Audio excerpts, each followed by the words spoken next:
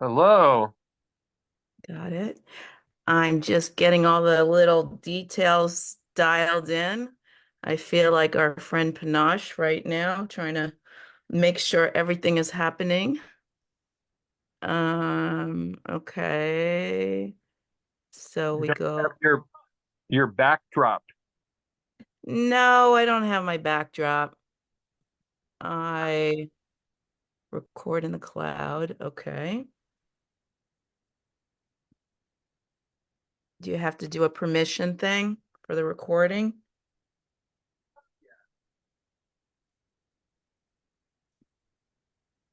I lost your volume there. I didn't speak. Oh, I'm hearing other people. Yeah, my neighbors out there, there's some workmen doing stuff. Okay. Well, I'm going to start with my usual little preamble.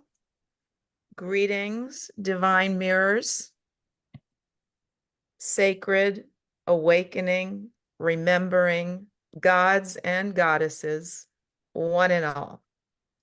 Thank you for showing up. Welcome to Voices of the Global Awakening, Tuesdays with Tess.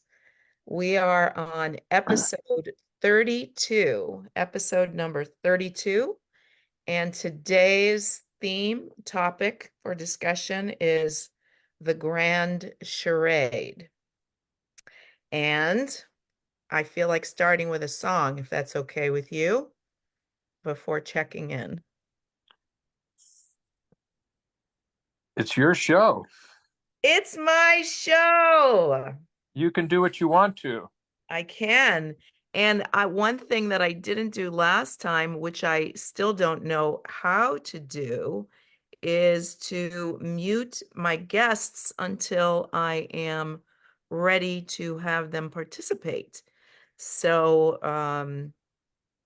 all I see is my own mute button that if I click that,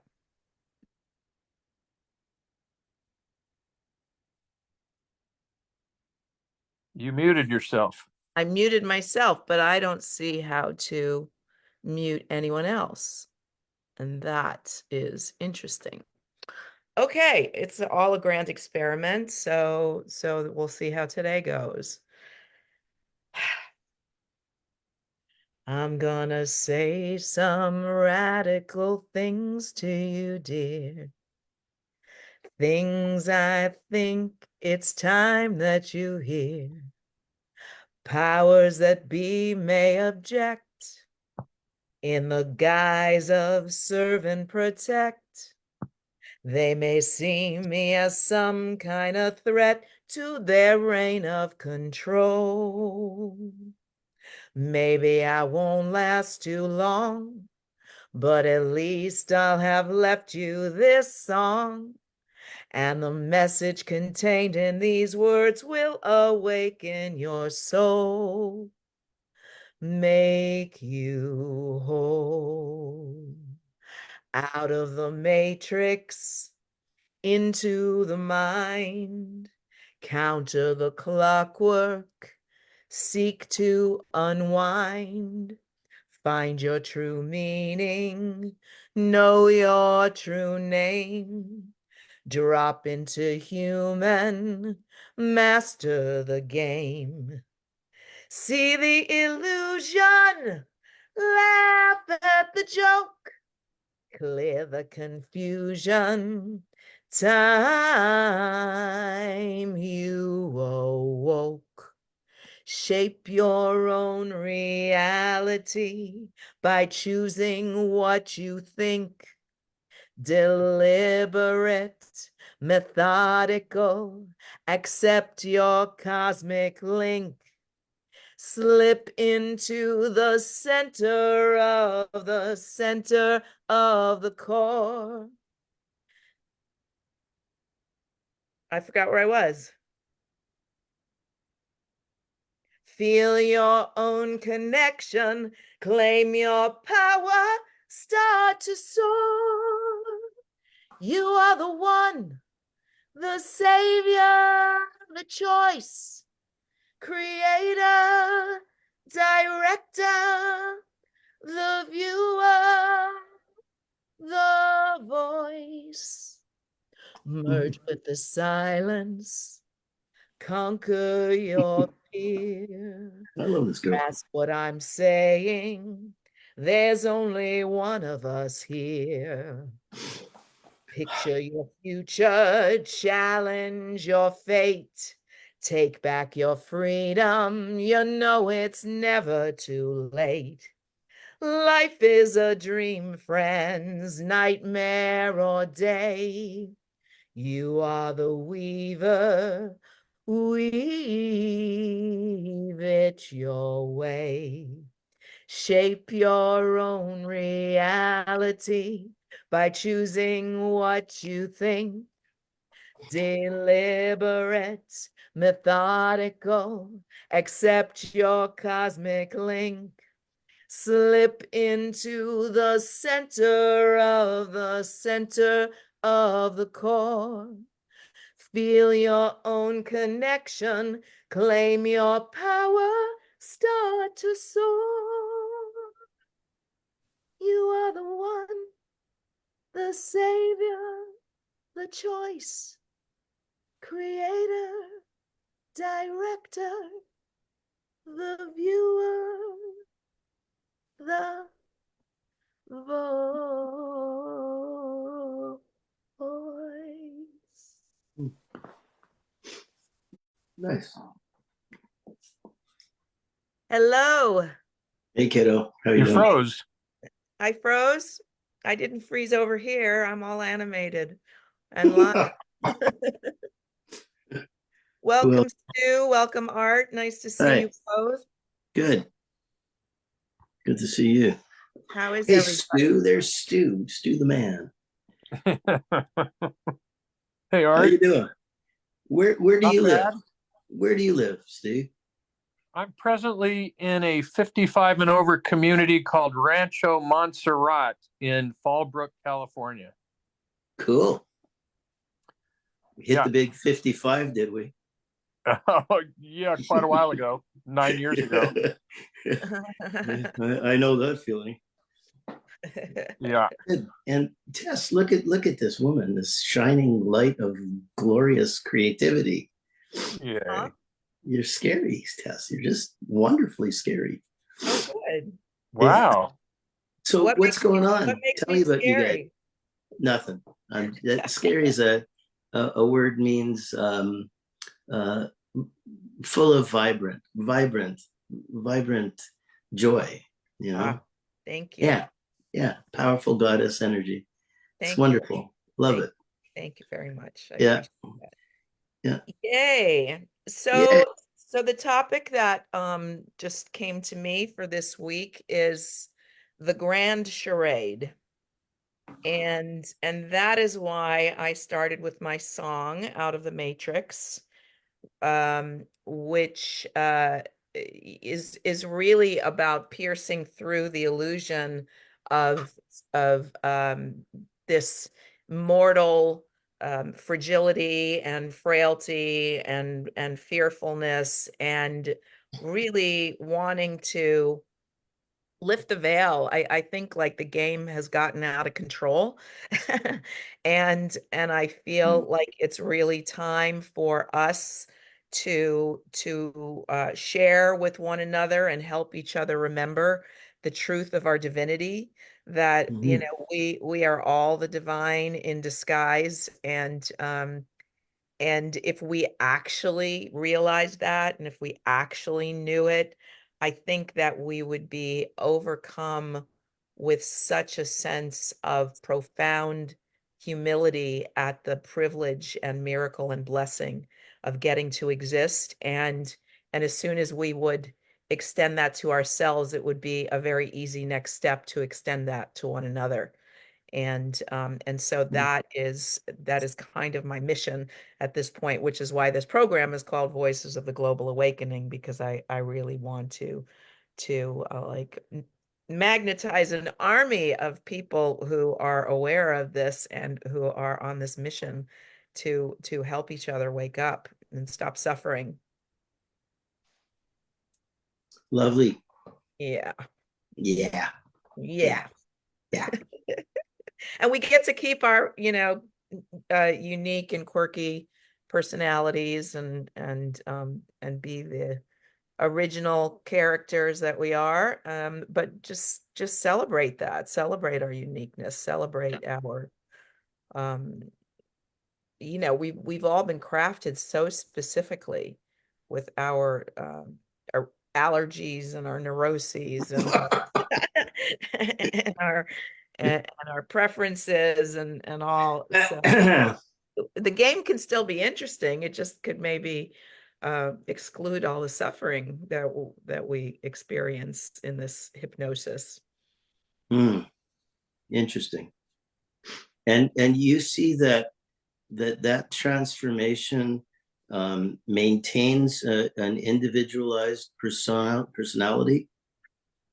I do. I think it's possible to. I thought I put my phone on do not disturb. Yeah, I think it's possible for us to maintain these separate seeming characters and costumes and continue to delight in getting to be embodied. And because if we're in this like amorphous field of pure potential, I mean, do we really get to taste things that we get to taste when we slow down into this density? Do we get to smell things? It doesn't seem so. It seems more like that's a product of getting to be here. Mm-hmm. No, it's yeah, it has its complexities in some ways, um, Which it which is what is the nature of the different densities, and what are the teachings that each density brings forward. So this density, third dimensional polarity, um, obviously, its teachings are to accommodate, live within the limitations of the gravitational field of the planet, the bipolar brain, the male female energetic patterns, the ups and downs of life. Mhm. It's nature, it's a cycle, it's going around in different ways. So the question, at least that I've been pondering, is is that divine inner awareness capable of functioning in this dimension, or is it just um, uh, does it require a dimensional shift to be activated? And if it does require a dimensional shift to be activated, does the egoic, individualized personality sustain through that dimensional shift? Or does the individual egoic personality have to morph and dissolve into the God mind Mhm. and be reborn again in a different form of individual essence? I think consciousness still remains. We still have our idea of us being self-conscious, aware of self, but I don't think it's individuated and polarized like it is here in the 3D. Well, what So about so what about the stories of the um archangels and that are sort of working in the next dimension, the Galactic Federation and all those higher beings that are witnessing us and working on our behalf to wake up. correct. There's an incredible amount of higher dimensional support, galactic, uh, archangel, exopolitical, different levels of the God worlds, that are monitoring and encouraging this shift from this kind of third dimensional binding that consciousness has been in for at least this 26,000 year cycle. And that's definitely present. But on the other side, we need to look at what is God's plan. Why all these wars? Why the Holocaust? Why the suffering? Why are the misogyny? Why are the suppression of the feminine? Why the eco disaster? Like, what's the plan here?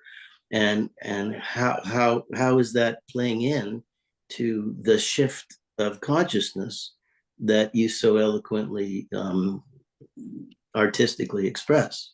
Mm-hmm. Right? So to me, it's like it's a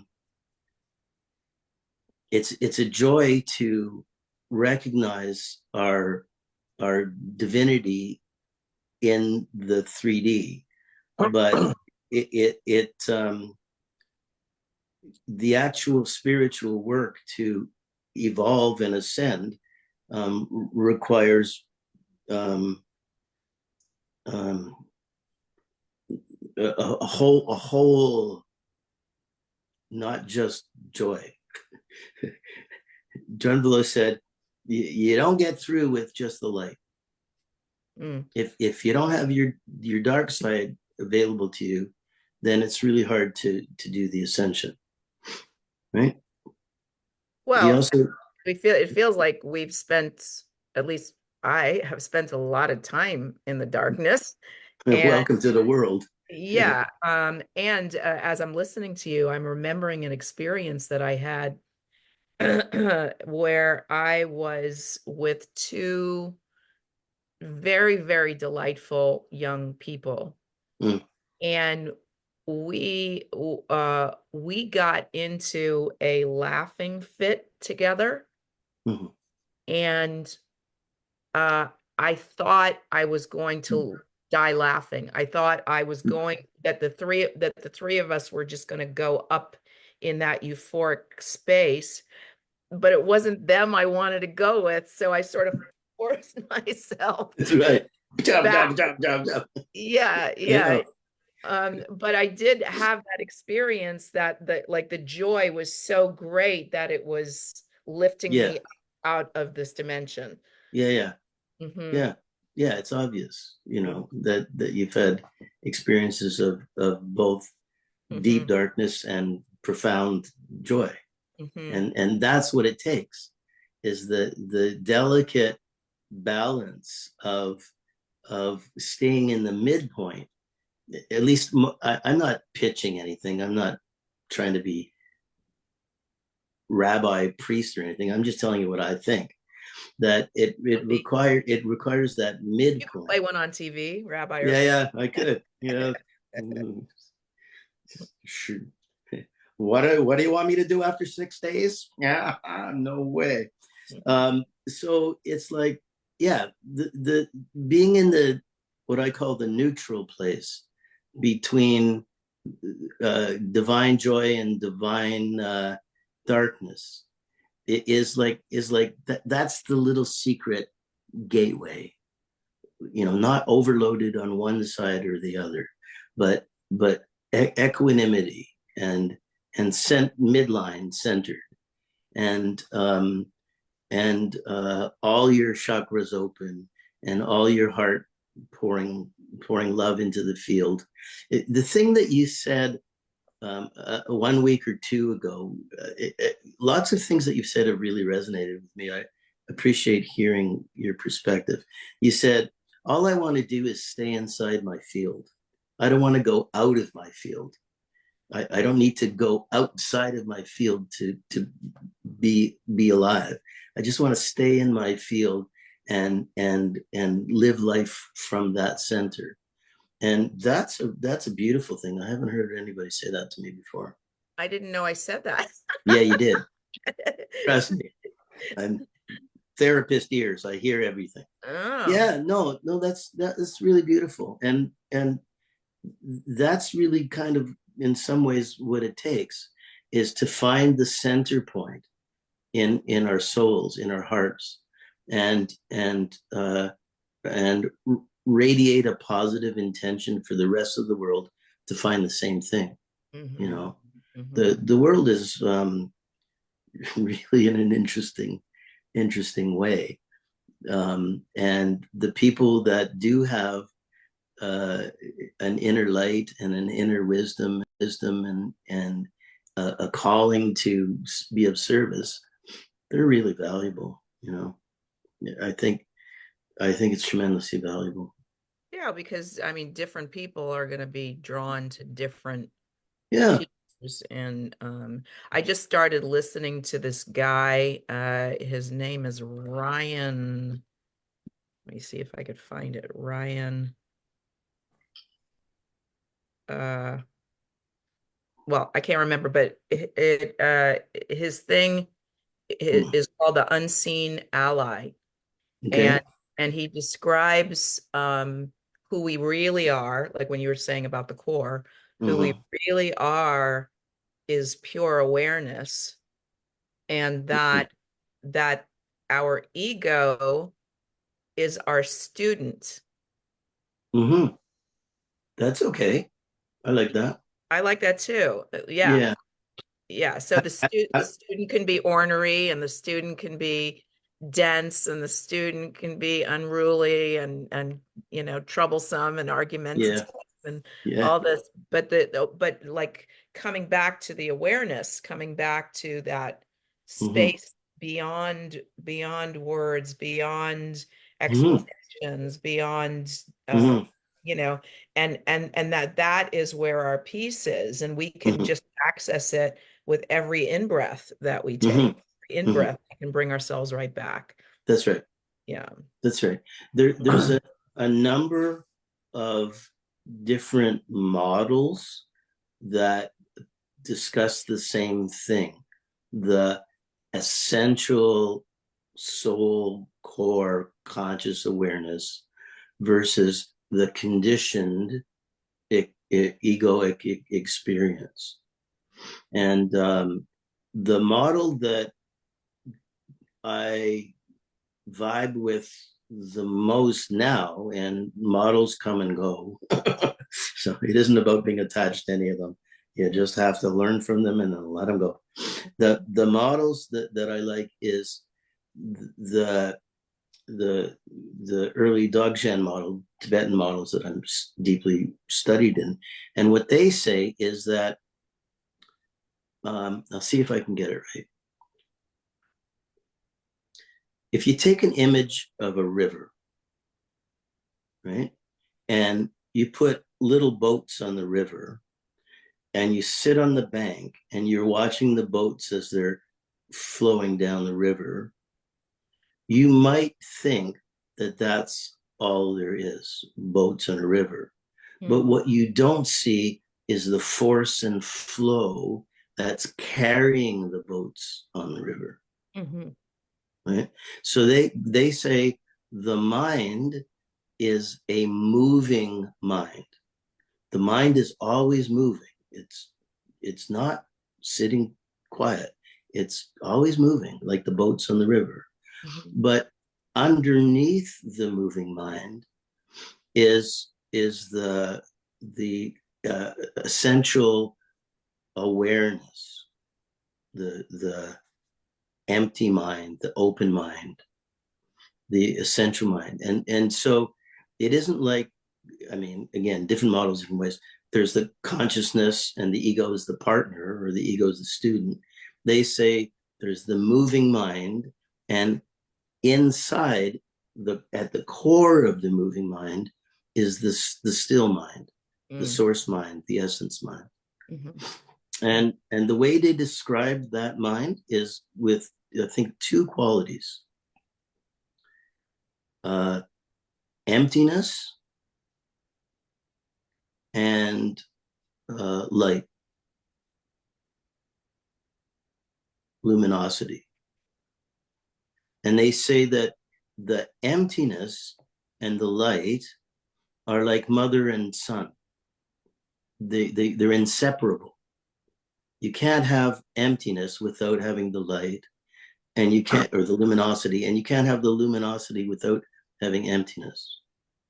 So their whole yoga practice is in allowing the moving mind to flow without attachment, and training the consciousness, the focus of attention, to the emptiness and the light.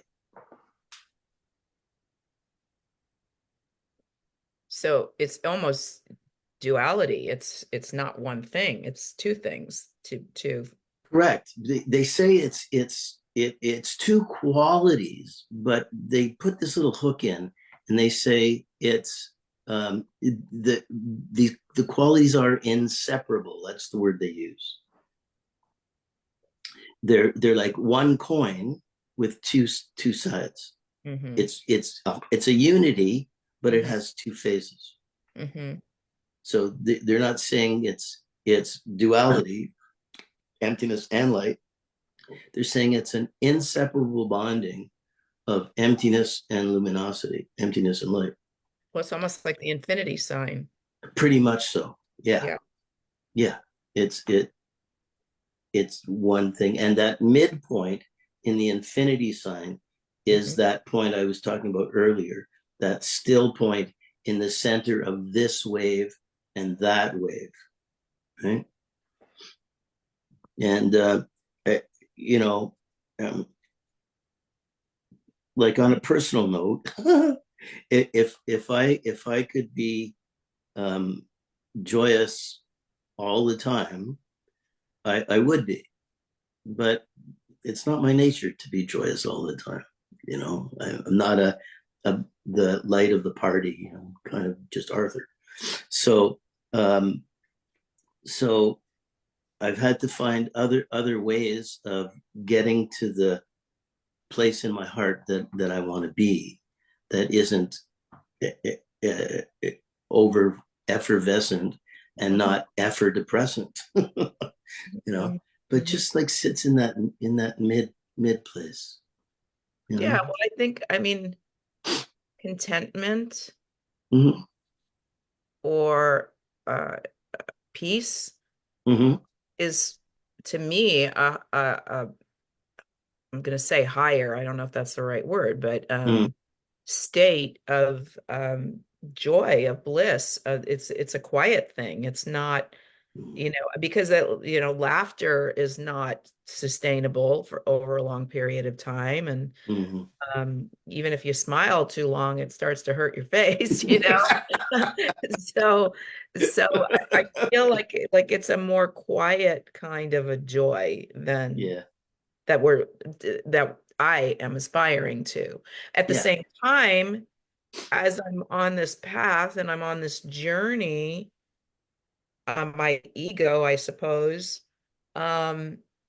grieves of letting go of the kind of joviality and life of the party, and like all the stuff that looks so much fun that people are having, and I feel like I've outgrown or something, that I've gone past it, and it's sort of a bummer, like then it's, what am I still doing here? I know. Yeah. Yeah, I got that. Yeah. I used to be able to go for hikes in the mountains and travel around here and there, and now it's like a quick run to the kitchen and a run to the bathroom, and I'm a happy guy.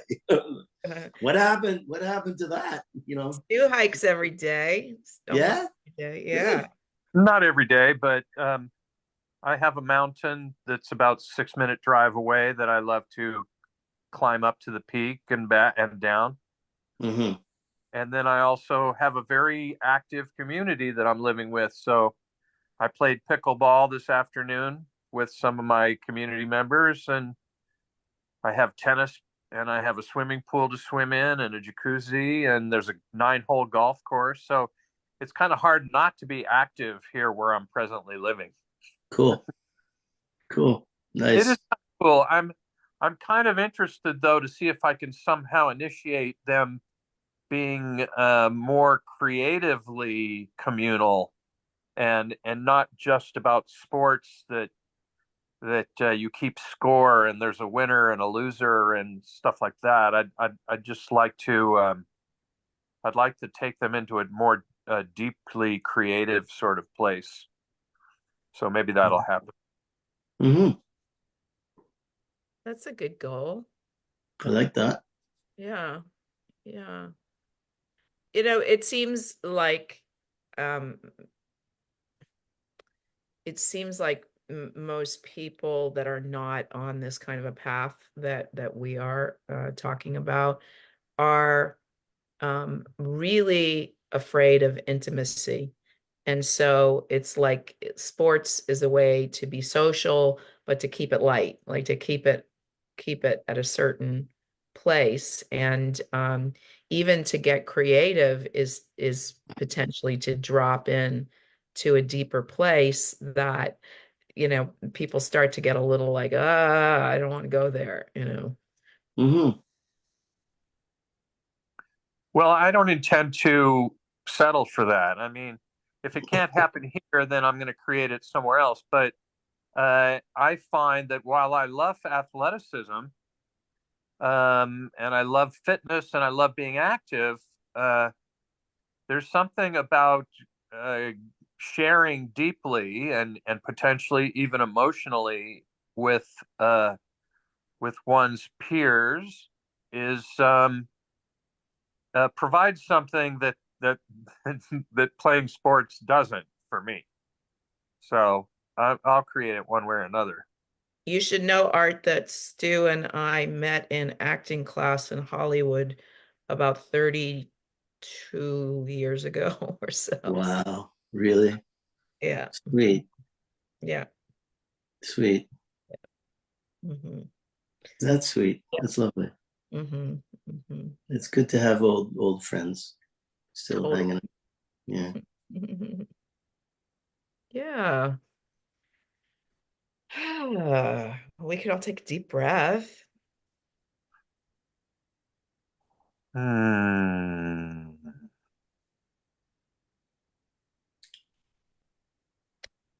and allow the Yeah. silence and awareness and presence to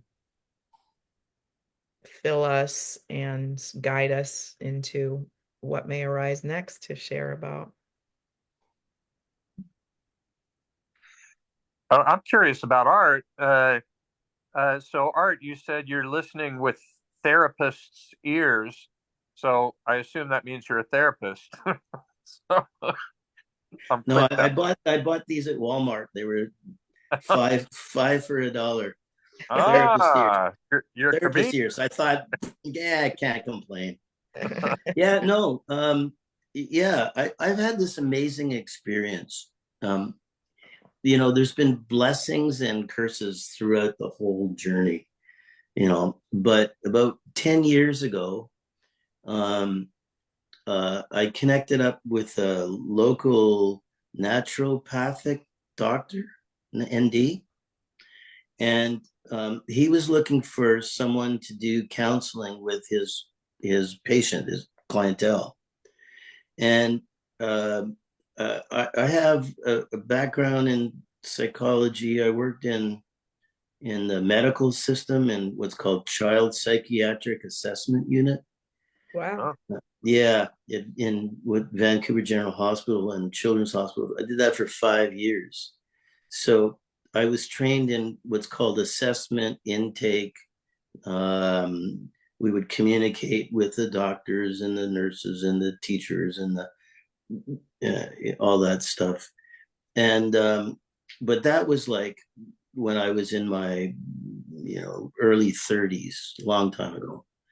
Um, but I had studied a variety of alternative healing practices, which these days are known as neurolinguistic NLP. I don't call it programming. I call it psychology, neurolinguistic psychology, and something called timeline therapy, which came out of Hawaii from a guy called Tad James. And Dr. Brown, the naturopath, he was hip to that stuff. So he asked me if I would be willing to take some consults from his workload, and gave me an office. I mean, I didn't have anything better to do at the time. So so I started seeing referrals, they call them, right? And I really had very limited ideas about what to do, right? But it was professional, and I had to write reports, and he would be interviewing the people that I was working with to see how they were progressing. And to make a long story short, it's been 10 years and it hasn't stopped. Like today, this week, I've already seen four clients, and I have another 4 or 5 booked for the rest of the week. And they're all exclusively his referrals. Wow. So I don't have to go out and find anybody. I don't have to promote myself.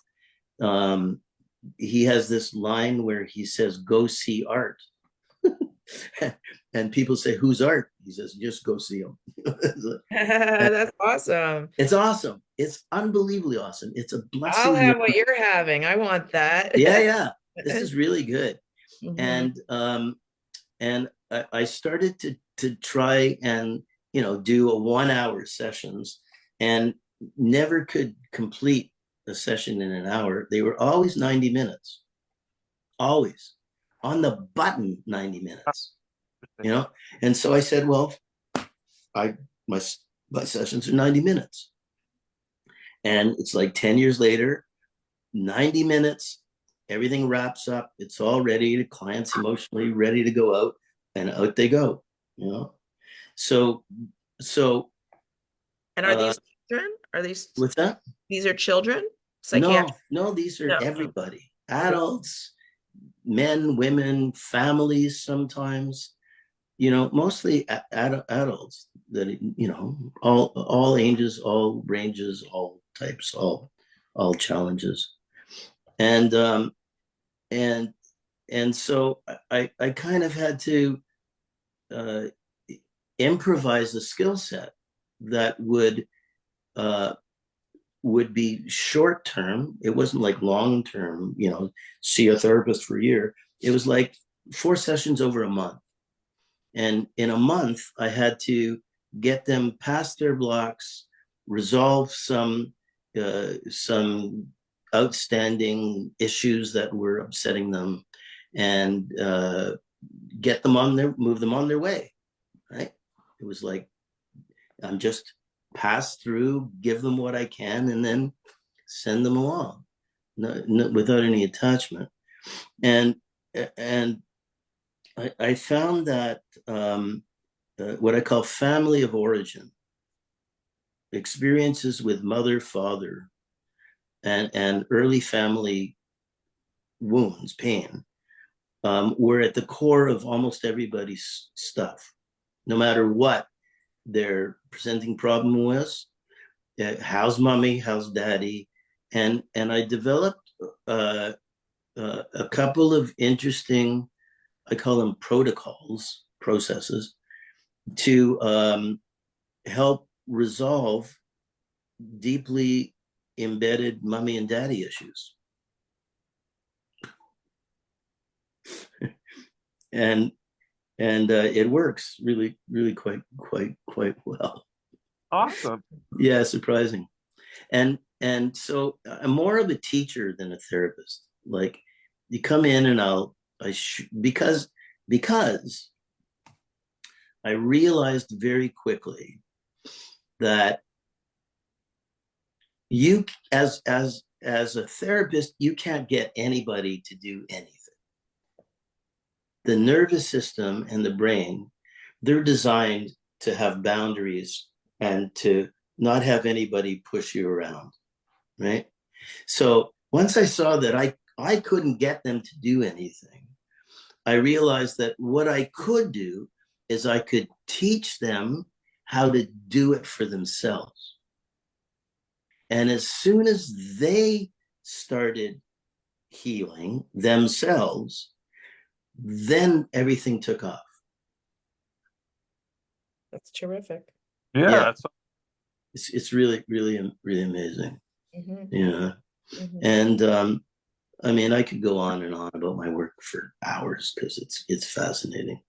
But it really is the, you know, I'm, what am I, 72 now?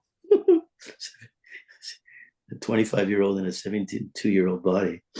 And I get to sit on my butt and help people throughout the day and get paid for it. It's a miracle. beautiful. It's just a miracle. And What and were you doing before that 10 years? you want my curriculum vitae very quickly? Mhm. So I came out from Montreal to Vancouver to do music therapy because I had psychology and music. I'm a musician, and I did that for 2 years. Worked in family support, and then got that job in the hospital in the assessment unit for 5 years. And then I quit the hospital because they were doing too much drug intervention. Mm. There was less therapy, more medication, and Mhm. I just couldn't support it. Mhm. So I had all these interview skills and the ability to really sit and interview people. And I took that along with my basic Montreal Jewish instincts and became a salesman. And I sold fax machines for a big Japanese company in downtown Vancouver, made $100,000 selling fax machines because all my competitors were salesmen and I was a psycho assessment person. So I would go to these high level owners of businesses. In those days, that's who bought faxes. And I would do a needs assessment of their communication requirements and then commit to supporting everybody. And the other guys were just selling gear. So I did pretty good in the sales game until the boss called me in and he said, "Hey, Art, we have these contests, and for the past year, you've been winning every month these contests. And I've got these two other sales guys, and all I'm asking you to do is tell me what you're doing out there so I can get them up to your level." And I was honest, and I said, "Well, Ted, I approach every sale with a new creative possibility." That's And he great. fired me. He fired me, literally, not on the spot, but a week later, he let me go. Why? Well, because he'd rather have three guys competing and then one superstar and two guys complaining. It's business. It's just business, right? I was like #1 in the country, and my wife and I were sent to Palm Springs for vacations, and I won all these prizes and shit like that. But he let me go because I was creative, and he was trained in Xerox, which is you replicate things, and I had nothing to replicate. I was a fucking jazz musician, man. I just went in and looked at the Riffing. situation, and just designed a whole approach. It's the same damn thing I do in my therapy. It's like I never do the same session twice, even with the same people. Mhm. That's why they love coming back, because I just wing it. Yeah, Oh my gosh. It's weird. It's totally weird. beautiful. Okay, so I did fax machines, and then I got married and raised a family, and then I had my own business with the local utility, BC Hydro, and then I went traveling for 2 years and spent all the savings. And by then, I was divorced, and my dad passed away, and the bluegrass band quit, and I just said, I'm out of here. And I took off to Australia and studied with a spiritual teacher, John Below, Mhm. and lived in Australia for a while, lived in New Zealand for a while, and then I did a 2-year magical journey with this Australian gal named Diane, wild, crazy genius of a woman. And the next thing I knew, I sold my car in New Zealand. I left the community that I was involved in, and I got on a plane and I went to Kathmandu. Jew in Kathmandu, I tell you, man, it was more than I could almost handle. And wow. my heart opened. I just loved it. I just felt like at home. Mm. And then she came off the trek and we hung out for a week or so. And the next thing we knew, we were on this Russian helicopter going to the Humla, which is the village that begins the trek up to Mount Everest. And so here I was doing what I love doing, walking in the mountains. And it was just like magnificent. Every time you turned a corner, there was a whole new view. And you turn another corner, there was a whole, it was like beyond incredible, you know? And it was just the two of us with a porter and a guide. And she would go off with the guide and I'd hang out with the porter singing Nepalese songs.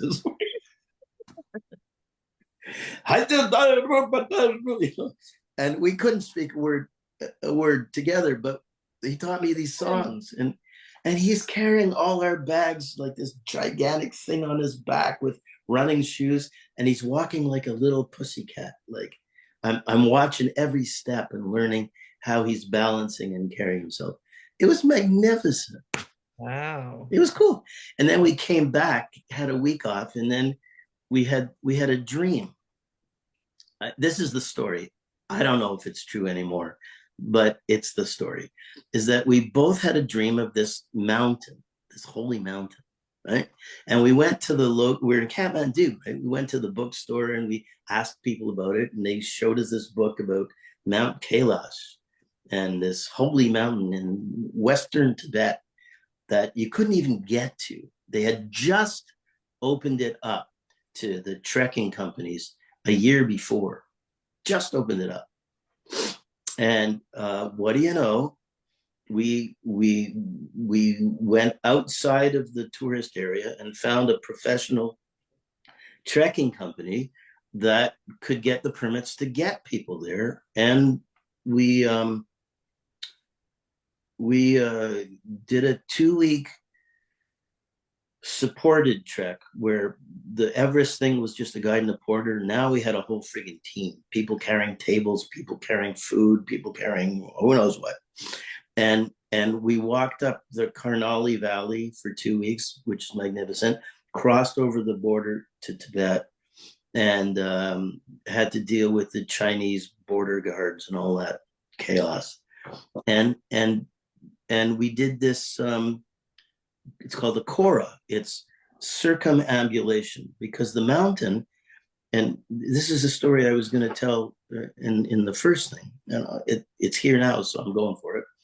I mean, last week? You know, the very first week I was going to tell the story of 2 weeks how ago. Kalis almost killed us, right? Oh, right. So I'm going to tell it now because I love this story. So I'm glad you're not shy. No, I'm not shy. No. And it's just the three of us, right? Yeah, pretty much. Well, I mean, the world is watching, but I don't care about the world. They can do whatever they want. But for me now, it's just the three of us. So yeah.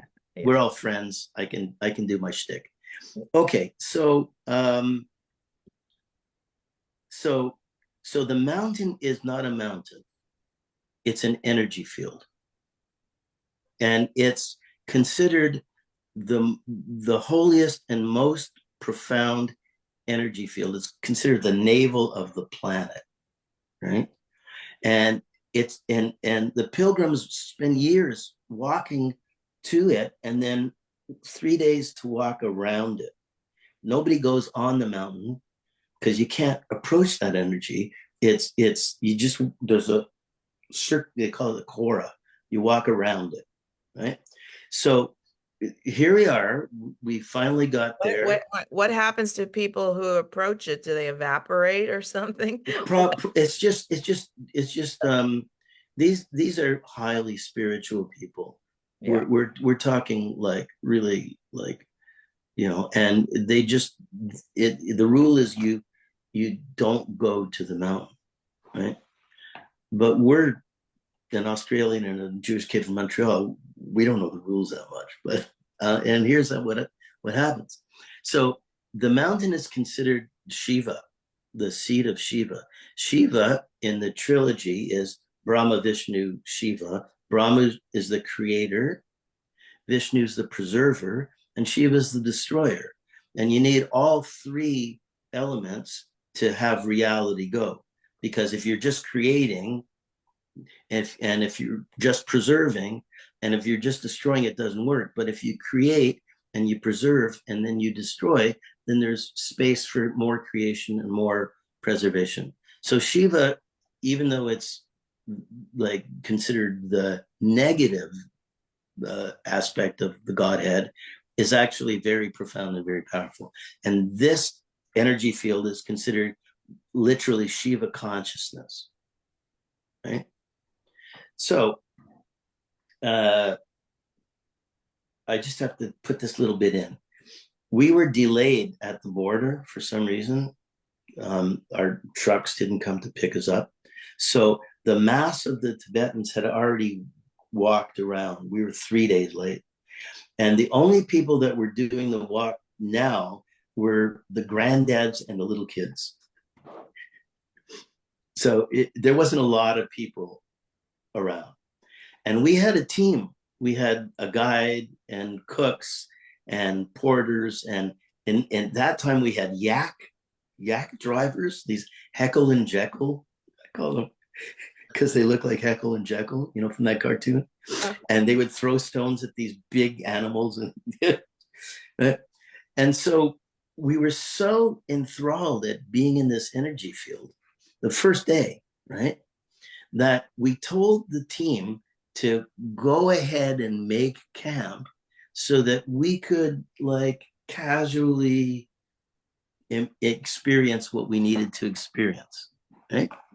So we're doing that. We're casually experience what we need to experience. And all of a sudden we look up towards the mountain and we see this triangular, let me see if I can get it right. I don't know, triangular shape. I think the camera's over here, so you have to do it that way. Triangular shape, right? And we go, oh my God, there's a portal. There's a portal. It's a portal. You know, we were really into this new age shit. There's a portal. And no plant medicines involved. No, not in this time. We're pretty straight. Okay. And so we go, let's go up off the path and up towards the portal and see if we can get a picture of the portal. Western mind. I want to own this. You know, it's not good enough that it's consciousness has shown me this portal. I want to own it. I will take a picture. So we did that. We walked off the path, up the hill, about 10 minutes, maybe 5 minutes, 10 minutes. And we stood in front of this portal, and it really was a portal. And we took a picture that never came out. Sure. But Shiva was going to teach us a lesson. When we walked up there, it was sunny. We were wearing running shoes. We had light jacket and a small backpack with some water. All the big stuff was already 2 hours ahead. Right? When we turned around and started to walk back, it was a raging blizzard. I'm talking like reality just went from one dimension to another. We walked down, snow up to above our ankles, tried to find the path, which before was like thousands and millions of people had walked it easy, right? couldn't find the path. Oh my God. We walked 4 steps, turned around, and you couldn't see your footprints. Oh my. It was a raging Himalayan snowstorm. How long did it last? And we were taken down to our knees because we were dead. There was no other way that we were going to get out of this other than a complete death. And it was frightening. It was scary, right?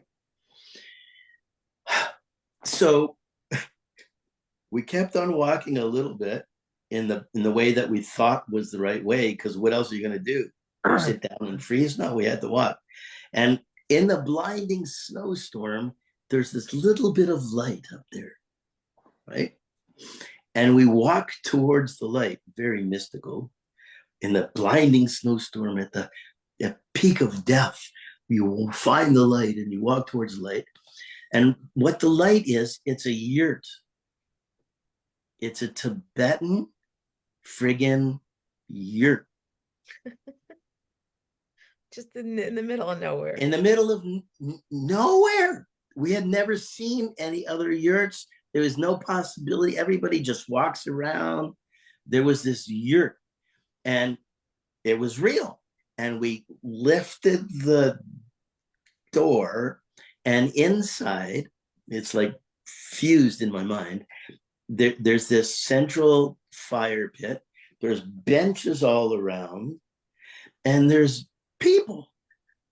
And they all have like long braided hair. It looks like Navajo, Native American. Like they're brothers. The Tibetans and the North Americans are little brothers. But there's like men and women and children and families and blankets and a fire pit with a fireplace and they looked at us and we looked at them, right? And it was like, right? And they sat us down, they gave us their milk tea, and we hung out with them. I was playing harmonica, Diane was playing spoons, the kids were laughing, and it was unbelievable. Well, was there not a buffet? No, we didn't eat. We just had this tea. I don't know why. There was no food, right? We may have had something in our packs or whatever, but Wow. no mini pops and no chocolate ice cream. So can I run the rest of the story? Okay. Yeah. So we're now ready to lie down and go to sleep with these heavy blankets on us. And we're having a time of our life. We're just like, everybody's laughing and we're happy and we're safe and we're warm, right? And the damn flap opens up. Oh no. And it's dark out, right? And there's our guide with a kettle that's completely frozen. He's been carrying this kettle of tea for like 2 hours, trying to find his lost sheep. You guys. Because if he loses anybody, his life, his ticket's gone. He loses his lifestyle, his occupation, his family, everything. So he's like freaked out to find us. Oh my God. And as soon as he saw us, his face just went white. And he demanded that we put on our boots and walk 2 hours back to the tent. And what could we do? No, we're staying here because we're having fun. No, it's not the way to do it. So he gave Diane his boots, put on her little tiny shoes, and we literally walked in the snow with a flashlight all the way back to the tent, right? So the moral of the story is Mount Shiva taught us something. He taught us that reality can shift on a dime. You can be in one dimension 1 minute and another reality in the next. And before you can find the light and the safety, you have to be willing to die. You have to honor that this is it, right? And and then once you're happily anchored in this fifth dimension, which the yurt represents, you have to be willing to have the third dimension come and grab you and take you back. You understand? It's like, yeah, we can get to ultimate joy, we can get to oneness, we can get to our God divinity, we can get to all that stuff. But at some point, 3D is going to come and say, Not you're done. you're here, right? Mm-hmm. Yeah. So that's my Mount Caelus tried to kill us story. That's amazing. Well, isn't that a good one? I haven't told that to many people, but I thought I'd share that here. Yeah, it was good. Wow. Yeah. Yeah. It's almost a story of immortality. How do you hear it?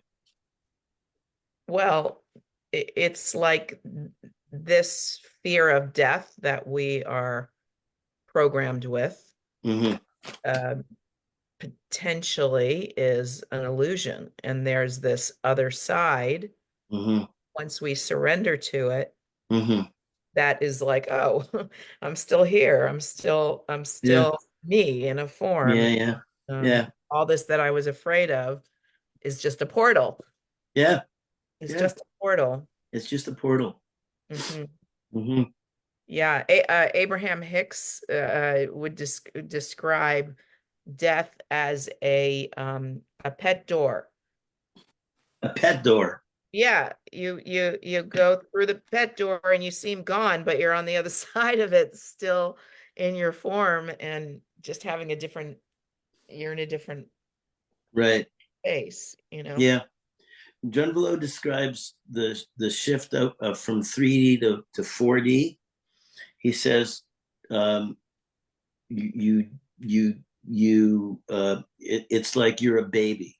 He says, in the fourth dimension, your consciousness is a baby, and there are parents there that support you, and you grow very, very, very quickly. But it's a different density than here down on the planet. Yeah, we were going through all this stuff in '96.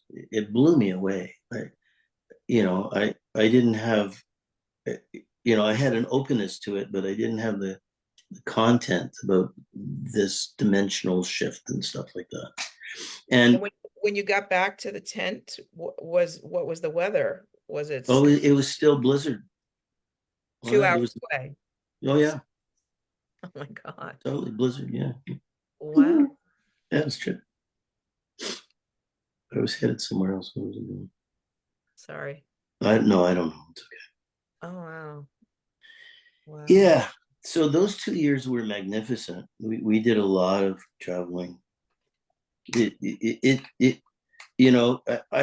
I don't completely understand it, but other than it's some sort of a soul contract, because Mount Caelus was just part of the story. It began in Shasta, right? We had to go. I had to go to Shasta to take a weekend workshop, to actually 4 days, to qualify to go to the teacher training in Melbourne, in Australia, Brisbane, Australia. So I started off in Shasta, did this amazing 4-day course where we did sweat lodges and trust stuff, and listen to like 20 hours of Drunglow's videos on earth, whales, dolphins, Egyptian sacred geometry, all this neat stuff. And and on the last day, I went up to the peak, as high as the car would go, and then hiked up to the as close to the top as I could get, and had this kind of mystical blah blah blah experience of what they call the Lumerian temple, of like I lied down to meditate, and then I felt myself walking down these crystalline stairs and being greeted by these tall beings and having all this stuff. I thought, alternate reality. I'm okay with that. I can live with that. Well, supposedly they live underground there. Yeah, they live in another dimension of the mountain. So what seems to be happening is the dimensions merge, right? What we see as physical rock on another dimension is crystalline palaces. They're both in the same space, but in different dimensions of the space. That's how I put it together. So I had this kind of like initiation in Shasta, and then went to Kalis and had that initiation. And then we came back to North America because my Australian partner wanted to travel North America. And we went back to Shasta. And then we had a whole group of people that wanted to do the Kalis experience. So we went back to Kalis. And then in the end, I went back to Shasta and came back to Vancouver. So it was like from one mountain that's considered the root chakra to the other mountain that's considered the crown chakra. And in 2 years, without any conscious intent, my body went from one mountain to the other and back and to the other and back. And in the last trip, we put some water from the holy lake, Manasarovar, in the Panther Meadows in the river. And that completed that whole journey. So I really don't know how to put that together, other than some sort of soul contract that just happened. In that was late mid-90s. All my new age friends, we were all doing this. We were putting crystals in rivers and healing mountains. We were big like earth light worker things. And this was just Arthur's mission, to go from one mountain to the other. And so recently I came across this early Tibetan Buddhism practice called Dugzhen Bonpo. And I started to read their literature, their original text translated. And I realized how similar it was to the therapy stuff that I was doing. That their model of the brain and how people think and process was almost the same as what I had come up with. Wow. So then I started to put it together that, oh, okay, I must have some sort of a karmic attachment to that culture and that way of thinking, which is a long way from a Reformed Jew in Temple Shalom in Montreal. A long way, a long, long, long way. But that's life, right. Like, if things were normal, my life would have been different. I'd be, a big fat lawyer in Montreal eating puff cakes. and instead, I'm sitting here doing spiritual work with people and studying Buddhist meditation and living with my beautiful partner and house and, growing old together and seeing what that's all about. Wow. Yeah. Wow.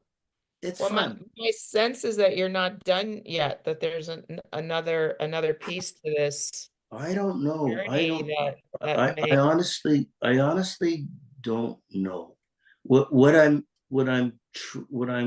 trying to do is expand the ideas that I have, the healing and integration ideas, beyond the therapy room. So I'm working with uh, uh, yoga teacher, beautiful, intelligent, powerful woman, young woman, and we've put together interoceptive yoga training.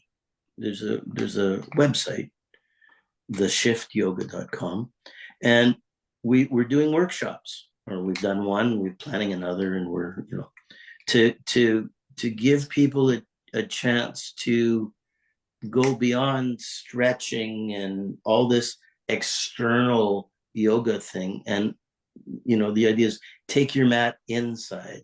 Let's find out what we can do inside. Mm. And so that's kind of one of the projects that I'm working on. But you hit a point in your metabolism that rest is more important than progress. I agree. I agree. I agree.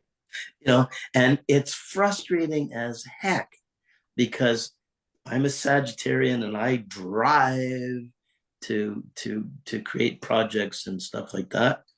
But it's like there's not enough glucose in the system for the brain to figure out new software or to design social media programs. And it's like, I don't have the koyach.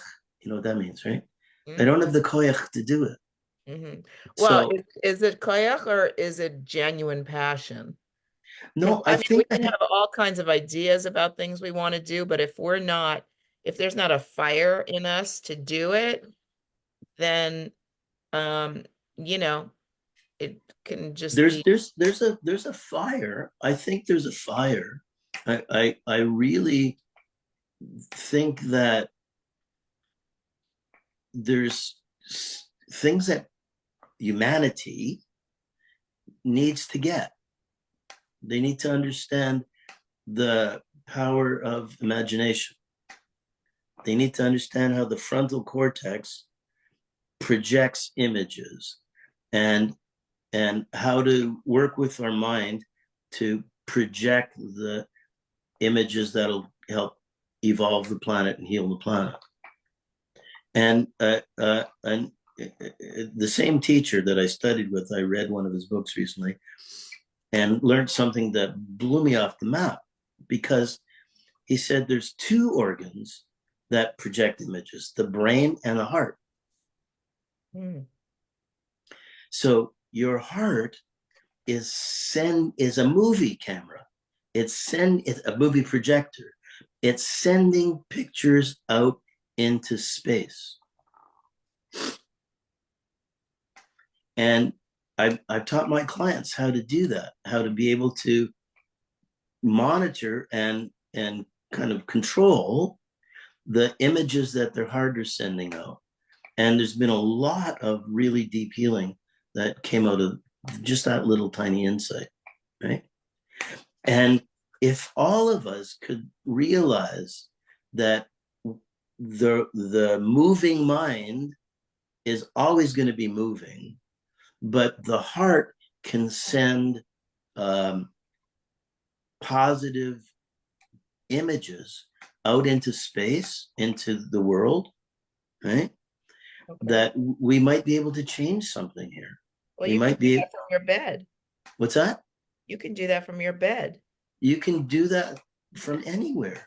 I mean, you can be tired and still do that. You That's can, right. yeah, That's right. Yeah, yeah. yeah. And it kind of goes in waves. Like I've been sick for a week and spent a lot of time in bed. But there was one period where I had this sense that I was like in that unified field, and it was like I could literally send stuff to the mass consciousness. And it felt great. It felt like a sense of oneness that I hadn't experienced. But it's ephemeral, you know. Next day, it's like, oh, I'll do that again. I don't think I can. You know? So I think we're given little hints of what's possible, and then the field isn't strong enough yet to be able to hold it. Right? Or push back to 3D. Yeah, exactly. Just back to the 10. Yes. So you know, voices of the awakening, that's really important, you know.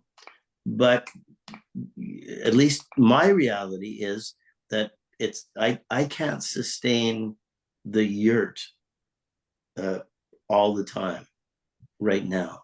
I can get images of it. I can get a couple of days where I know I'm connected and I can receive the downloads and all that. But then I'm back into being, you know, who's doing the dishes today and what do we need for the fridge and, you know, all that type of stuff, kind of thing. Right. Yeah, it's a puzzle. I remember that in 2012, right? The time of the ages, was it 2012? You know, the Mayan calendar. Oh, was it 2012? I think so. Yeah. Really? Okay, only 12 years ago? Yeah, I think I don't know, maybe yeah. No, right. I think Yeah. it was 2000. Anyways, um, we were all my little clique, we're all excited about, you know, this is it. We're you know, this is it. This is like zing, right? And we built a bonfire in the backyard and we were playing guitar and singing and partying and right. And December, you know, 31st, 2000. And then the next day was a normal day. Mm-hmm. And we all went into millennium depression because was is this same old shit. Yeah, well, I mean, what is the thing of before enlightenment, chop wood, carry water? Yeah, After yeah, enlightenment, chop wood, carry water. yeah, It's yeah. the only difference, I think, is if we can sustain the wow. You know, before enlightenment, there's this drudgery. Oh, we're doing chores and this is mundane reality, and we want to be in mystical reality. But then Mm-hmm. we have this epiphany, and if we can recognize that the sheer fact of our existence is the wow. Mm-hmm. So if we're doing the dishes, it's Mm-hmm. wow, I'm in a body, I have hands, I have Mm-hmm. eyes, I Mm-hmm. get to touch things, and this is a blessing and a privilege that Mm-hmm. I'm here and I can do this. Where before it's like, you know, I want to be a superstar and this is boring, right? Yeah, that's right. Yeah. Bring the Oscar. Bring the Oscar. Yeah. Yeah. Yeah. I, Yeah. I just had a big depression this morning because I had this wave of realization that, you know, based on my programming, Mm-hmm. I have been like relentlessly striving all my life to be someone. Mm-hmm. And it's like, I am someone. I've always been someone. Mm-hmm. But the program says, no, you have to be larger than life. You have to be, you know, in the Yeah. paparazzi have to be following you, or it's Right. not a legit, you're not fulfilling your potential if you're not, you know, superstar status. Right. And that has created a lot of misery for me. And also, it also points to the way why I haven't been more successful in those ways, because the I wasn't accepting me as being enough. I needed to be extra. Mm-hmm. somehow. Mm-hmm. And it's like I'm really grateful to have the insight, and I could also feel the pain of it, the wound of Mm-hmm. this misguided pursuit, Mm-hmm. like my experiences weren't enough. Like when you describe that this career just sort of came to you, Mm-hmm. and you feel like you're in your dharma. It sounds like it Mm-hmm. feels like you're in your dharma doing what you're Mm-hmm. doing. Mm-hmm. And you can't chase that. However, I'm a triple fire sign. I'm a triple air sign. Welcome to the club. And so I've had to deal with both my Sagittarian Jupiter thing, which is expansive, gigantic, and the fact that fire, when it has wood, is highly expressive, but when there's no wood, it's like down to the coals. Mhm.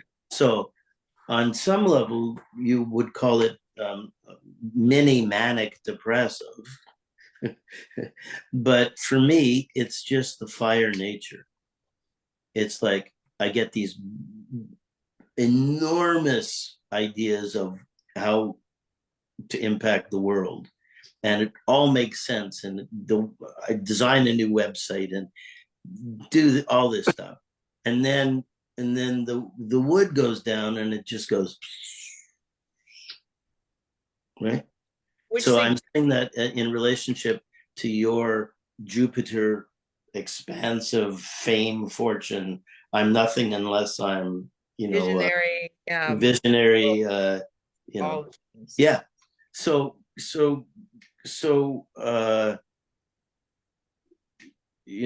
it's a matter of loving yourself, even if you're not, you know, um, the cosmic teacher or the the queen of Hollywood or queen of Broadway or whatever. It like the big potential which we feel inside doesn't always manifest. Well, the thing about it is to redirect our focus so that Correct.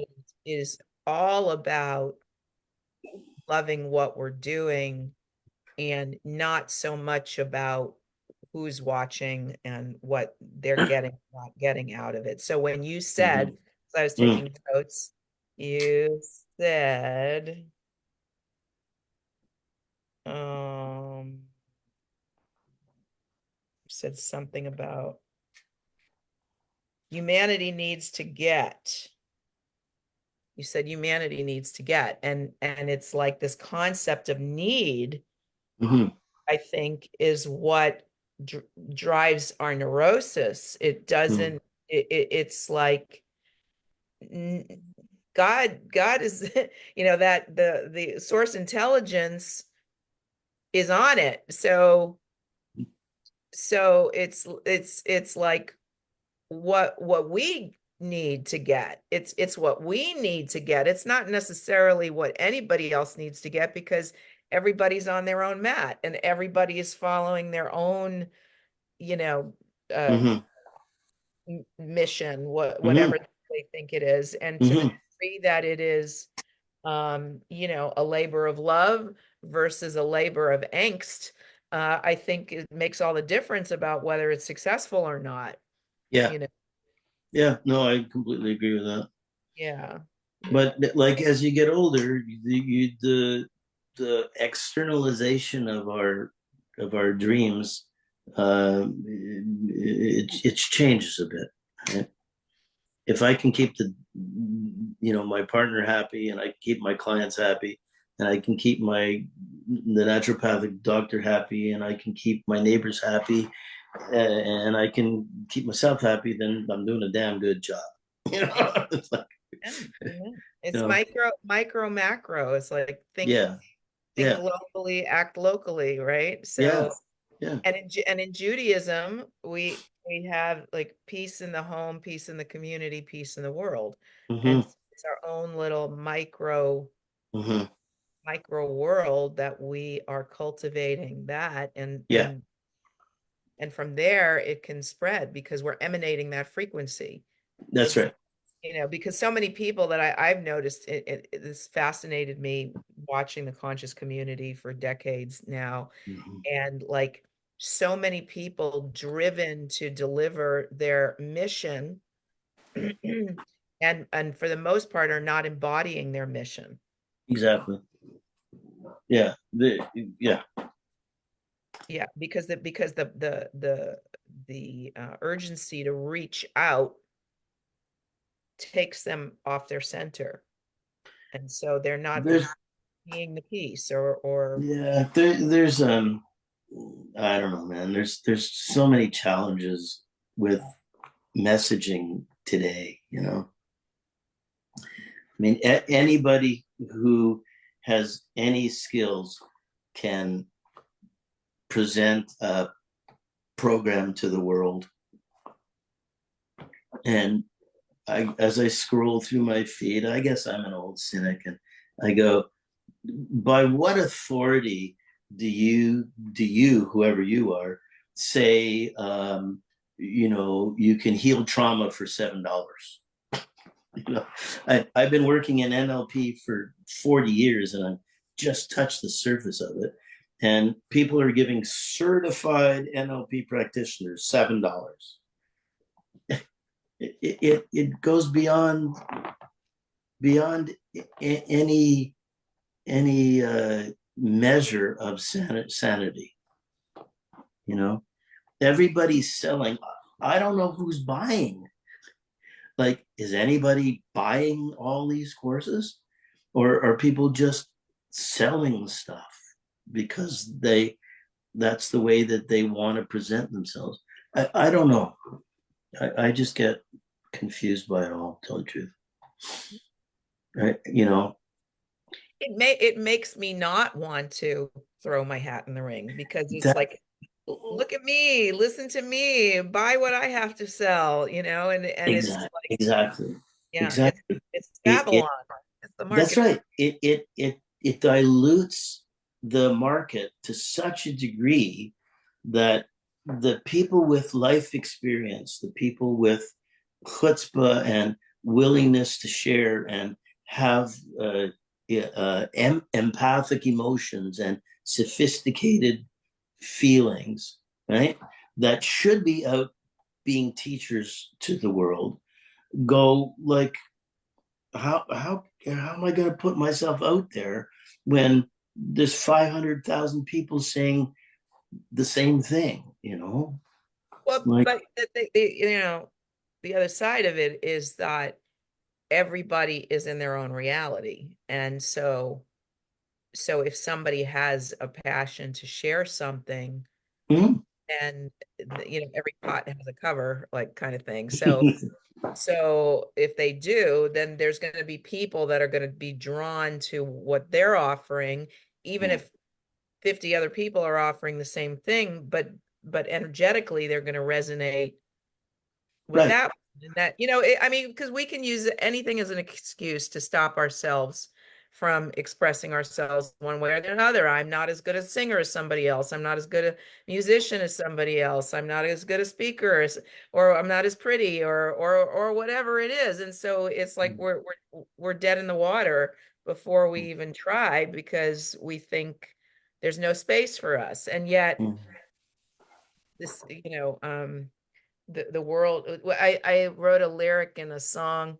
It was there's enough here for all, there's no energy drain, Mother Earth would not birth what she could not sustain, so it's like this, like and because the planet is a living thing, mm, it dawned on me that it's entirely possible that the planet keeps expanding to accommodate how many living beings are on it, mhm.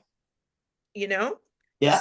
So this, like, this overpopulation thing is really creepy because it's not treating the planet as an evolving, intelligent consciousness. Correct. It's just Treating this it's finite treating thing. the planet as a finite material hunk of earth, Right. and that has to, it isn't sustainable. That mindset isn't sustainable, No, it's not. and the planet knows it. You know, I have this little, I tell little stories, but I have this little story called "The Planet Has Already Achieved the Fifth Dimension,"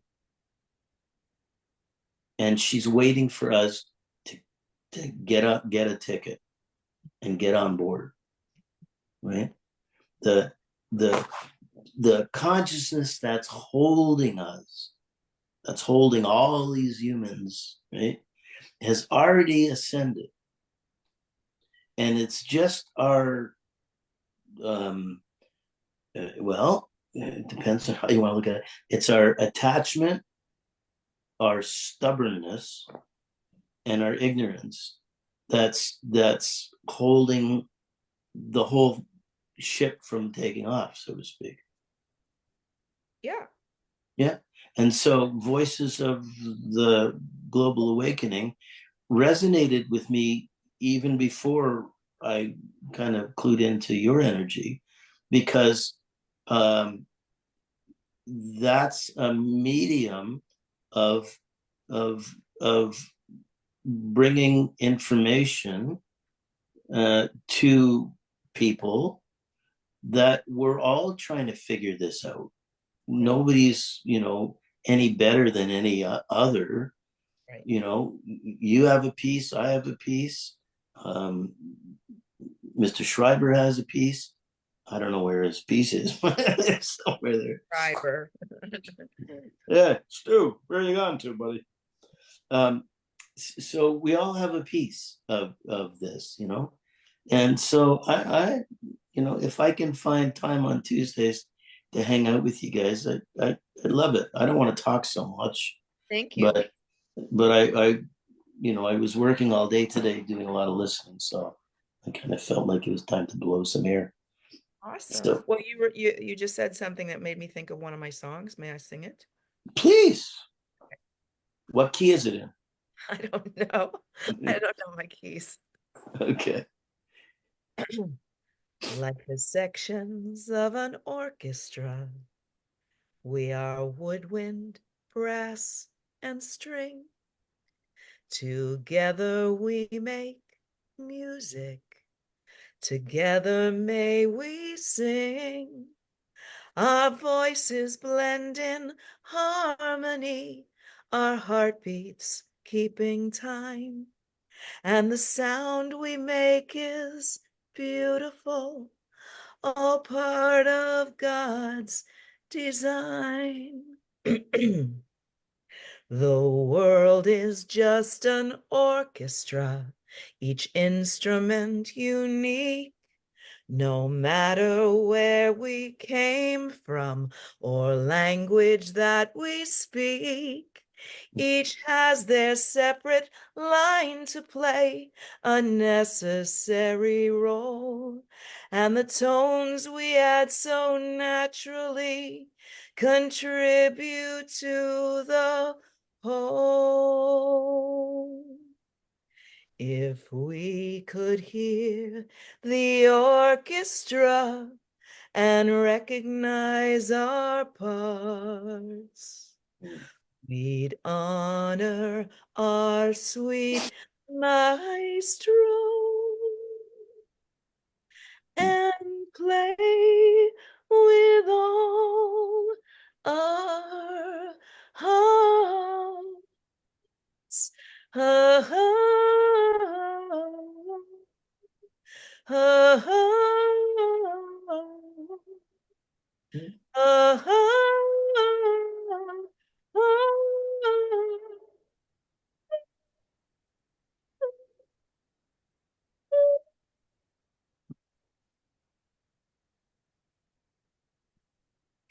Yes. Lovely. Lovely. Lovely, lovely. So what's that? What's it called in Judaism? where you have a melody, nigun. That's Nigum, what's up. I Niguni. do that. I'm very Talmudic. I ask a question and then I answer it right away. Talmudic. So in nigunim, that there was a point where that was niguni mystic. Yeah, there's definitely that kind of influence in Yeah, my yeah. stuff. It's lovely. It's Thank really you. sweet. Thank you. And in fact, So it was the first song that I wrote yeah, for a project that I conceived that I ended up writing 13 songs, all exploring themes of war, hatred, and world peace from the perspective of a child of war, right. called 6 Million Candles Concert at Auschwitz. And Wow. and when I conceived it, I managed to get an appointment at Universal with Steven Spielberg's people, but unfortunately not the DreamWorks people, Mhm. the Shoah Foundation people, who were all like conservative suits and were a little scared of me. And they Right. were like, well, what is the music? What kind of music is appropriate for a mass grave site? And as I tend to say, I couldn't just tell them, just trust me, I'm the daughter of survivors. I know in my veins what the tone of this event should feel like. I went Mhm. and I went, God, what is the music? And literally this channel opened up in my crown, and that song came out in 20 minutes, followed by another Mhm. 13. But that was the first song I ever wrote. Wow. Yeah, What an honor. yeah, That's a great piece of music. I really like that. thank you. Like I could see the movie as that was being played. Yeah, Good for you. How old were you when you did that? in my 30s. Right. Yeah. I have demo recordings of about 5 of them, including that one. Do you have Spotify? Uh, no. Okay, I'll find it. I can send it to you a different way. Sure. Send No, you a that. link to my music? What's that? Did I send you a link to my music? I'm not sure. I don't Okay. remember. Hmm. Well, yeah, I have like 5 songs from the 6 Million Candles Right. collection that I have demos of. Yeah. Yeah. It's yeah.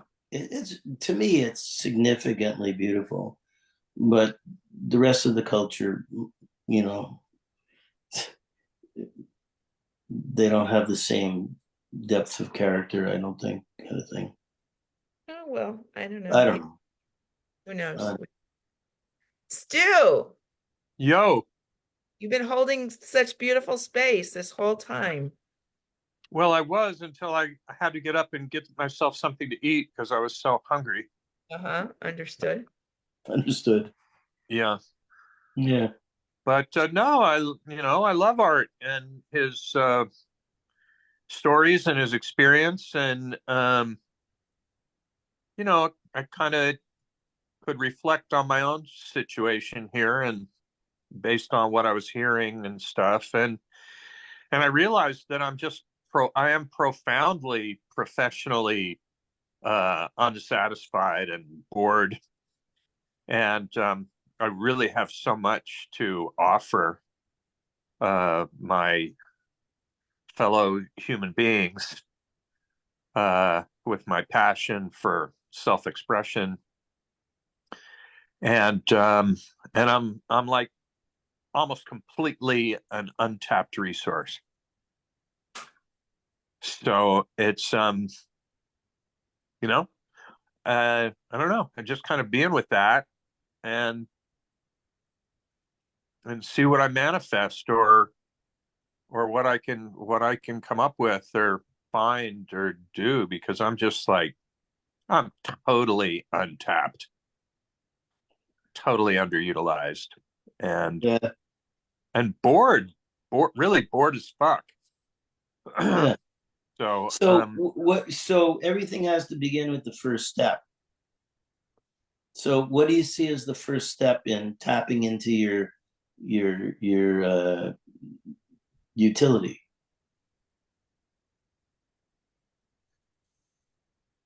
well, I mean, just to be able to express what I just expressed the way I expressed it is kind of a first step, because I mean, to realize just how ridiculously bored I am uh, is a big deal.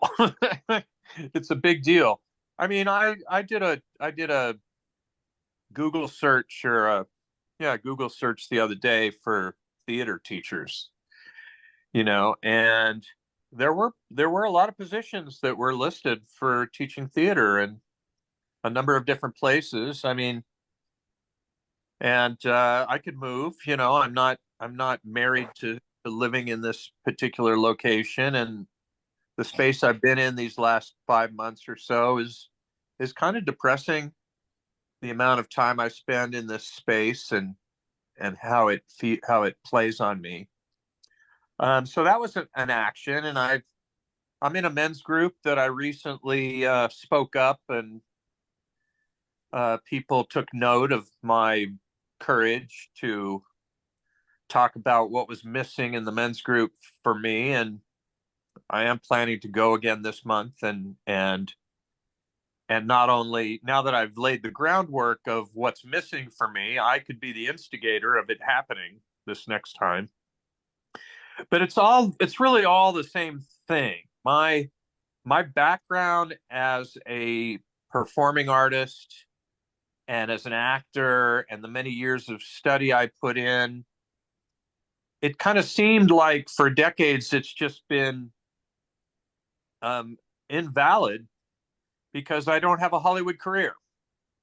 Like the Hollywood career is the measure of of my knowledge base, and that was a mistake, really, because um, I have something that could really help people learn to communicate better within their homes, within their jobs, within their peer groups, wherever it is, um, and certainly for men, like in my men's group, uh, to feel their feelings, like actors learn to feel their feelings in acting classes, especially in New York, where I went and studied for 4 years.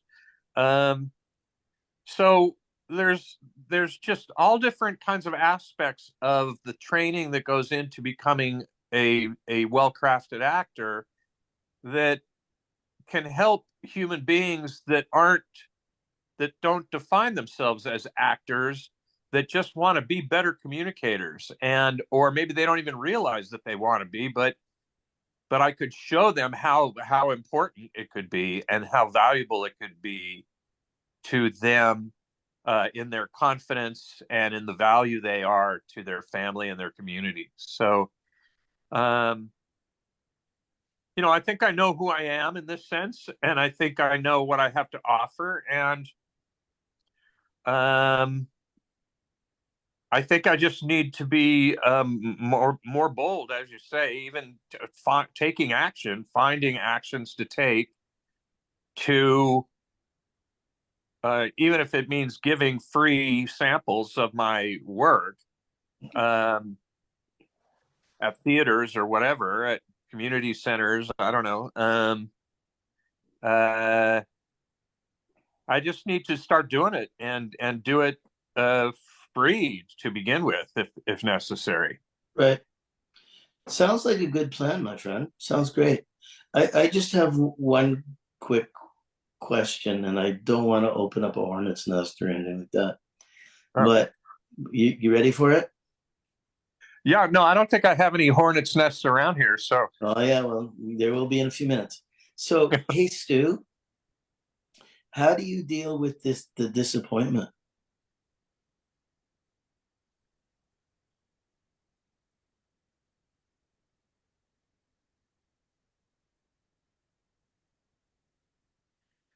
how do I deal with the disappointment?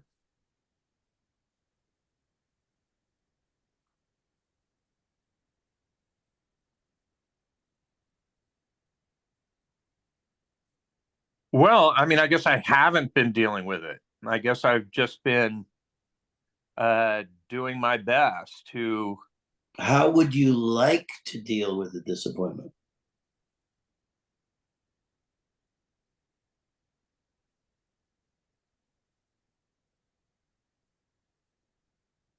Well, I don't know. I'm not sure. I mean, I've been talking about feelings and emotions and feeling one's emotions. And I recently saw George Clooney say that if you're not, if you don't really go for doing what your dream is, that you'll get to be about 65 and you'll be angry. And I'm going to be 65 in less than 3 months. Um, and I, I, I could feel, I could feel some willingness to feel angry and to Correct. express anger Correct. about. And so I'm just putting on my ears again, and I'm saying underneath the potential anger is emotion of disappointment. And if you find a way to creatively expose the disappointment, then you'll take the anger at its roots and pull it out like a weed, and you won't have to go into the 65-year-old cathartic anger, failed life shtick. Because disappointment is a wonderful teacher. Disappointment is a blessing in many ways. Wow. As long as we see it for what it truly is, which is it asks the question, what are the illusions that you bought into as a prerequisite for manifesting the disappointment? And What? who sold? I'll say it again. Yeah. What are the illusions that you bought into that acts as a prerequisite or preconditions the disappointments?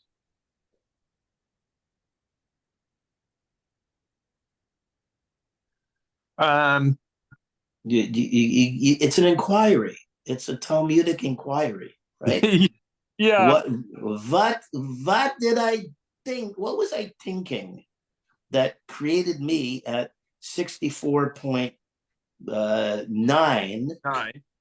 to be sitting in a wave of disappointment, which I'm very soon to transform into anger, which will destroy my liver and kill me. So,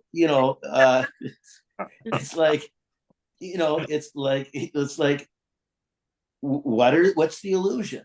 Like, did somebody say, you look like Clark Gable, you should be an actor? You know, what did our mothers have high expectations of us?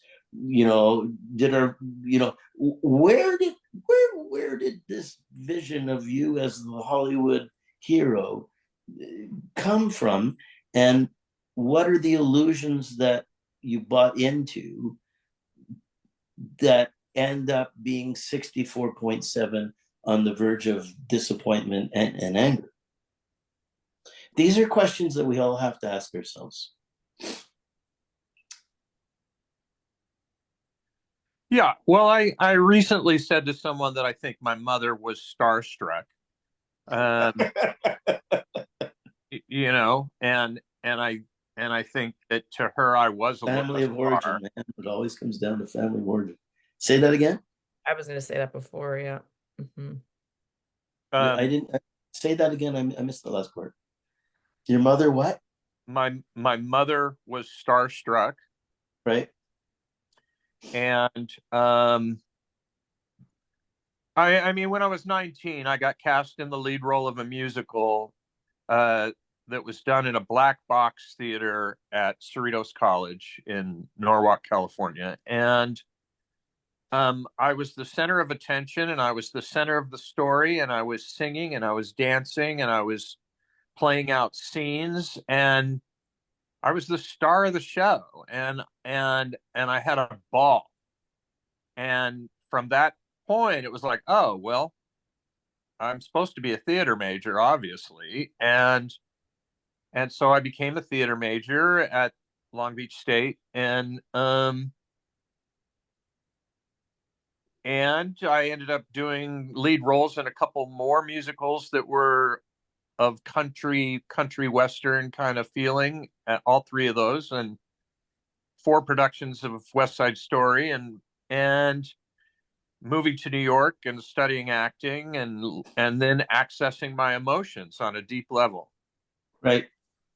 And when I broke through to my emotions after getting a bachelor's degree in acting without really breaking through, and then a couple years in LA, and then moving to New York, and in my training in New York, I broke through and I found that I had a deep well of emotion available to me. Cool. And it was thrilling. It was fucking thrilling. And I did really deep work there. And I had the sense that it wasn't even about a career. There was something so profound about it. It was I didn't even know how to talk about it, because I would experience on a number of occasions, as I'm emotionally preparing for a exercise or a scene, that my body would start shaking like a dragster at the starting line, before the green light and they take off, and then I'd step on stage, and this well of emotion would just come pouring through me, and it was awesome. So I learned how to do this and to play with it and to use it creatively, and it was phenomenal because, like most people, most men, and American men certainly, from an early age, I was taught it's not okay to be emotional. It's not okay to cry. It's not okay to demonstrate vulnerability. And here I was at like 26 or 27 years old, and not only was I being encouraged to do this, but I got kudos. I got loved up for it, and it was profound. But then, except not from your father, except not from your father's, which sort of undermined your. My like father was not in the acting class, and I didn't talk to my father, so I doubt that he knew anything about what I'm talking about. Well, I'm not talking about that specific thing. I'm just saying that he undermined your passion by doubting your ability to make a living that way. Well, he's also the guy that from an early age displayed to me that I was not okay being who I naturally was. Right. And that I had to conform to his idea of gender roles or gender specific behavior that is acceptable for males. And so yeah, he's the villain, I guess, but you know, he got fucked up by his father or the culture in which he was raised, you know. So it's not all about him being the villain, but then I came back to the West Coast where he was and still alive and with my mom and seeing them, and the weight of his worldview, and it just, I couldn't do it. I didn't have a career in LA. And then finally Tess and I tried other things, and then we eventually left LA.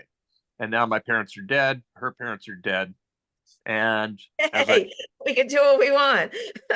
Yeah, where I'm almost 65, and I can do what it seems that I'm here for. And It Except seems our that our parents never die, and the injunctions, the coding, the patterning lives on inside of us. And I mean, I'm not going to go into it now, but I can tell you stories about, you know, the impact that my deceased mom and dad have on me on a daily basis. There's no freedom after the grave. We Except through awareness. If you're aware, except through awareness, right? yeah. So you, Granted, yeah, granted, it's not a prison, but awareness sometimes is a little hard to find, you know, especially kind of for like you. I know you for meant well. I know you meant well.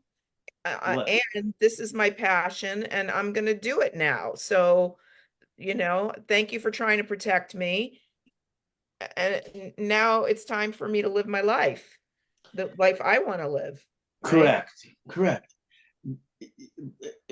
Again, it's tricky. There's a whole world here of for men, for us men, who have an instinctual drive to carry pride back through the lineage, to make our fathers proud of us, right? And then when we reach a point where we're proud of ourselves, but the old man there's a value conflict. I just spent the whole afternoon working with a client on value conflicts between them and their parents.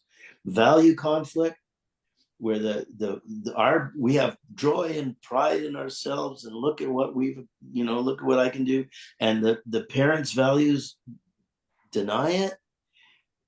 It creates real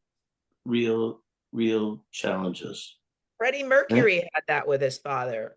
His father never supported his career. Yeah, yeah, We yeah, got 3.5 minutes left. I just want to let you know that. I mean, yeah. we can run So I over. just want to tell Stu, Yeah. if you don't mind, No, no, as doesn't mind. until we meet again next week, if all works well. Um, some homework is you ready for this? You got to think of this. One way of starting to clear the generational value conflicts is by making lists, two in particular. One called Things That I Resent About My Father, and the other list is called Things I Appreciate About My Father. Because the resentments and the appreciations sit in the cauldron of our unconscious mind, chugging and chugging and chugging and chugging. And when I asked about the root of your disappointment, this is one way to start pulling out the miasm of disappointment, is to look at resentments and appreciation.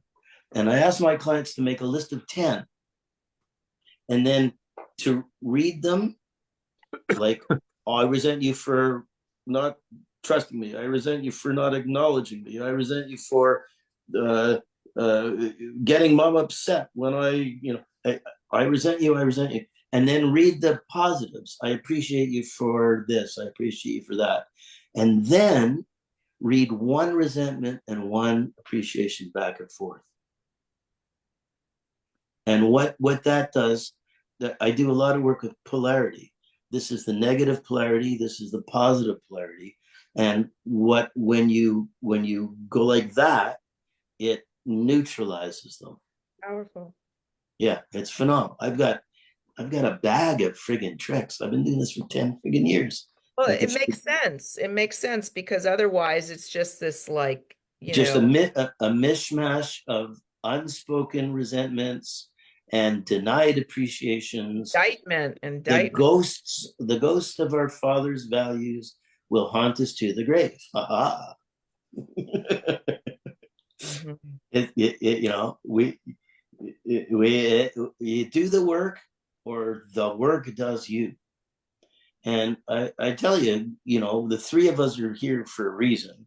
And I can just, you know, share the little insights that I've had um, from my own healing processes, and the amazing opportunity I've had to be on stage for hours and hours and hours every week, working with other people's stuff. It really is like being an actor, you know, because you have to pace the audience and you have to move them through different emotions and all this stuff. It's an art form. It's an art for art. So Yay. On so that hey, note, so Stu, you're a Yeah. nice guy. You're not even 65 yet. You got at least 3 months to get your shit together before you hit the anger wall, right? So I'll help you. I'll show you all my chutzpah, all the things that the rabbis taught me over centuries. look at Shidduch, right on global awakening. Look at That's that. it. Bachka Baba. And let it be archived for the whole planet to watch sometime. That's right. If they've got nothing better to do for 2 hours than to watch us old fogies talk. You speak for yourself. I'm ageless. I'm the I eternal. know. Tell me about it, darling. You're perfect. Yes. I'm going to Yeah. throw in a comment here from Rebecca Diamond. I pulled up Facebook on Yeah. my phone, and she said quite a few things. She said deep bonds can be created within teamwork, shared commitments, great story art. I don't know which one of you she was referring to. So much greatness shared tonight. Pet door, hilarious. Sustain the wow, wow. 3D, 5D, amazing to coexist in all worlds. Please, Stu, jump. Just do it. Shift. Let go. Declare joy now. Please. All right. Well, thank you Man. thank you for all these wonderful people who are tuning in as we Yes. do our shtick. Stu, Grace 10 Ellen of my resentments, 10 resentments, 10 appreciations. that's your Okay. home. We'll clean up daddy's stuff. It'll help you a lot. God bless Wow. you, Arts. That's so Thank you. generous. Thank you. Okay, kids. All Yeah, right, yeah. much love. Thanks for Thank you being so much. I don't know. It's just what it is, right? Yes, indeed. Yeah, yeah. Yeah. Beshert. Yeah, Beshert. Bashir. See you next time. Okay, blessings. Yeah, take care, Bye-bye. all both of you. Bye bye. All the Bye, Stu. care. Mazel tov to you too. Bye bye.